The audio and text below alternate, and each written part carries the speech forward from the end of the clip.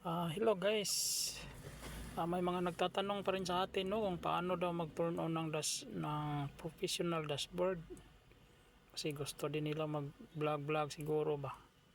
Kaya ganito lang sundin niyo guys, yung hindi pa nakasubok na mag-turn on ng professional dashboard. Okay, i-click ang Facebook, ayun icon.